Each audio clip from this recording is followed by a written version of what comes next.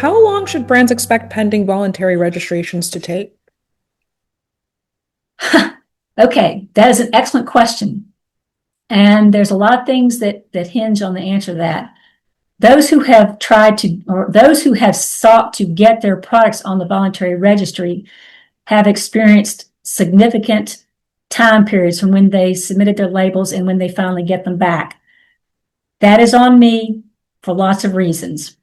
I'm the person doing it, and I'm also the person who does a lot of other stuff for the hemp program and also for other areas in VDACS. And trying to give somebody a timeline on when I'll get that information back to them, I tried my very best to do that. It wasn't working because as it ended up, what I was saying did not end up being truthful. And that to me is not good. So now when I receive stuff, you pretty much, I don't mind if you follow up to try to check, but a lot of times you all get no response, and that is because I'm just focusing on trying to get the work out. And all I can do is apologize for the time delay. And, that's on me. I can't help it. I don't know anything different to say about that. If we had more resources, if we could have more people, it would be a different story, but we just don't have the resources to do that. And, keep in mind, it is a voluntary registry. If you're 100% sure your project is compliant and you want to go out and sell it yourself, you could do that while you're waiting. One way you could possibly do that, and I'm just throwing this suggestion out on the fly because I never really thought about this part before, but you could have a conversation with the retailer and make a one-to-one agreement with them that you will follow the same agreement with the products you're selling that are not on the list that you have with VDACS that are on the list. Because honestly, that MOU only minimally puts VDACS in the middle of anything.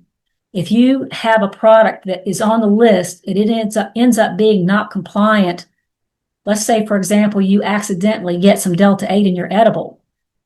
Okay, so that's going to get the retailer a civil penalty for having Delta-8 in there. You can't have Delta-8 in there. It did not come directly from the hemp plant.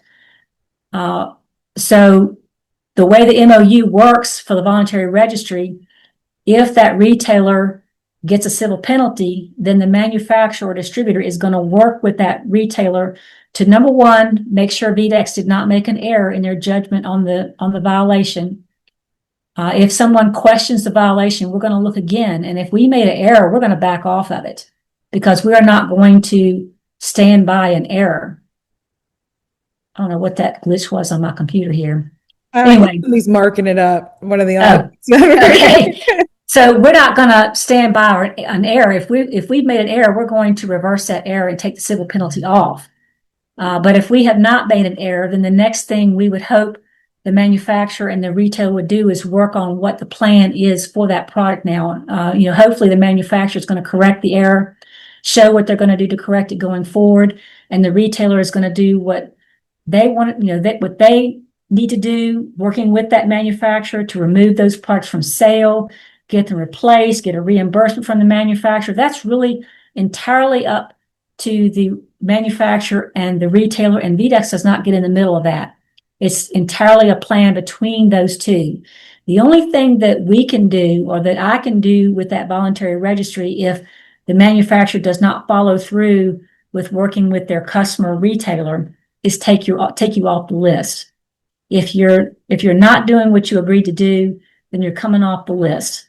If you do what you agreed to do, then I will do everything I can to help you stay on that list and move forward, even to the point of, for some violations of law that are not, that are minor, here this is a regulatory discretion call on our part, a minor violation, to have a grace period during which you can have that violation without further civil penalties.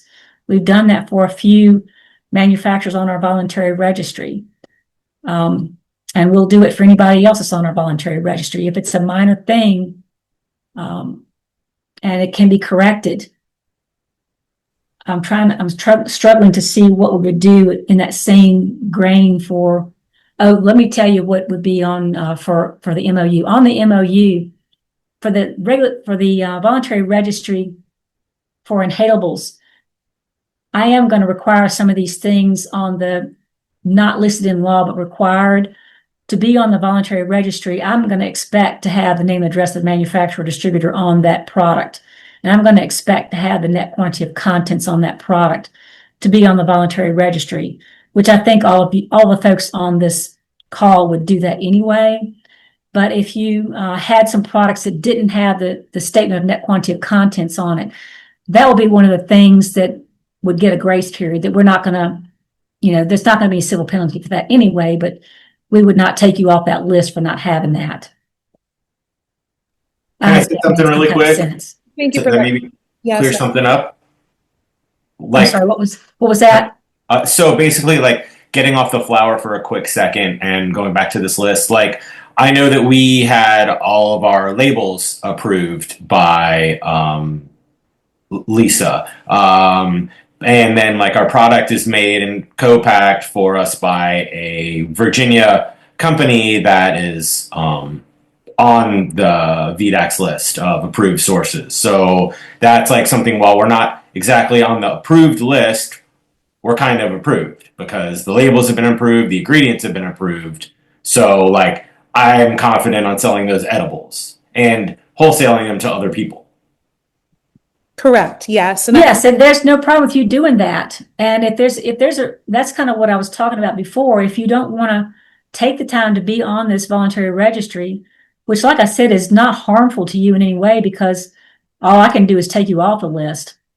But if you don't want to be on this list for whatever reason, and you just want to work directly with the retailers, you could put something in place with that retailer that just works between you and that retailer, independent of this voluntary registry, that has the same kind of deal with them, that if, you as you stand today are 100% sure you're compliant, but if something does happen, because as humans, we are not perfect. We make boo-boos sometimes. If something happens to your product, I mean, maybe you're one of those exceptional people that never makes an error and nothing ever gets by you that's not compliant. But if you have that agreement with the retailer, that might make them feel comfortable in working with you and just not worried about what it says on that list. I'm just throwing that out, as a possibility. I appreciate that, Lisa. And I think that this is more so feedback. I think some of the resentment or anger stems, and I know this is not on you, but sometimes inspectors are like, don't buy anything that's not on that list. And they're doing that to ease the mind of the retailer.